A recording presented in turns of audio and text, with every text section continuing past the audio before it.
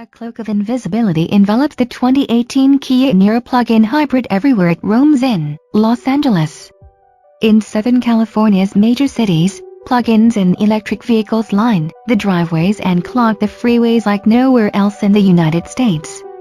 And every time a new EV FCV PHEV visits the streets, eco-minded drivers love acronyms. It's ostensibly competing for attention. But the Niro PHEV, which is set to launch imminently in major markets across the United States, isn't looking for attention. It's the most recent, under-the-radar jab at the Toyota Prius family from the South Korean manufacturer, interested in stealing market share. If Kia aimed for the Toyota Prius with a traditional Niro hybrid, it shot dead on at the EV attributes of the Prius Prime plug-in when developing the Niro PHEV.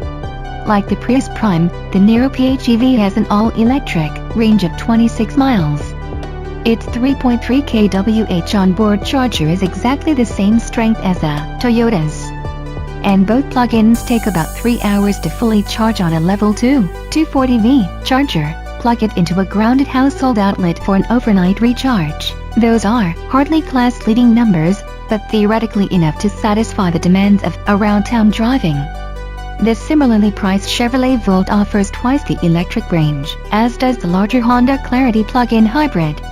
What you get with the Niro PHEV, in essence, is a Niro that's ideal if you have overnight access to EV charging. We won't rehash the details of how the Niro looks inside and out. For that, check out our first drive here. Since it's nearly identical to the cordless model, beyond hybrid blue accents on the exterior, it's tough to distinguish the newest Niro from a distance. The interior is nearly identical, as well, and no trunk space was sacrificed by the large 8.9 kWh battery that sits underneath the cargo hold. And the total system power of 139 horsepower, no different than the Niro, means that this is more of a drag strip challenger for a Prius than, say, the much quicker Chevrolet Bolt. An unexpectedly altruistic feature is the ability for the charge port to automatically unlock once the Niro PHEV reaches a full charge, allowing other EV drivers to safely unplug the Kia and sip electricity for themselves. Those thirsty drivers will need to be well read about the Niro PHEV, however, to know this capability exists. The car offers no explicit indicators. For good measure, we decided to leave the flatlands of Orange County for the challenging hills of Malibu, a distance of about 70 highway miles. By the time we set out, the Niro PHEV's battery was all but depleted from the previous day's driving. You go through those 26 miles of all-electric range quickly. Without the assistance of a fully charged battery, we struggled a bit in passing maneuvers, although the Niro PHEV happily cruised just above this speed limit. Technically, the Niro PHEV offers 2 drive modes, Eco, Default, and Sport, selectable via gear lever, and 2 modes to use and recharge energy, Hybrid and EV. Unlike some plug-ins, there is no hold mode or an aggressive battery recharge setting. Once you've consumed the juice, there is no instant recharge. After about an hour of stop-and-go traffic, crisscrossing Southern California's freeway labyrinth, we reached the Malibu Canyon roads and pushed the gear lever over to sport mode. The Niro PHEV may not be made for twisty roads, but it hardly balked at the challenge.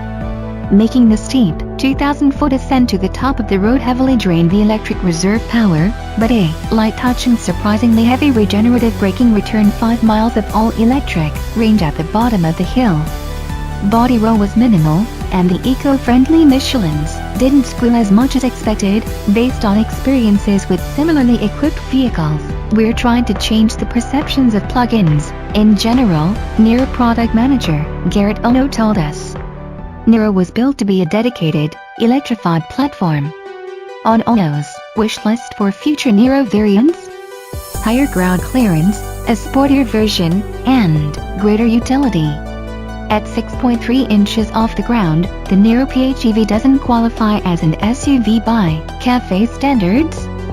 Something that could prove useful to Kia, as it plans to make plug-in hybrids part of a larger strategy that also includes fuel cell vehicles.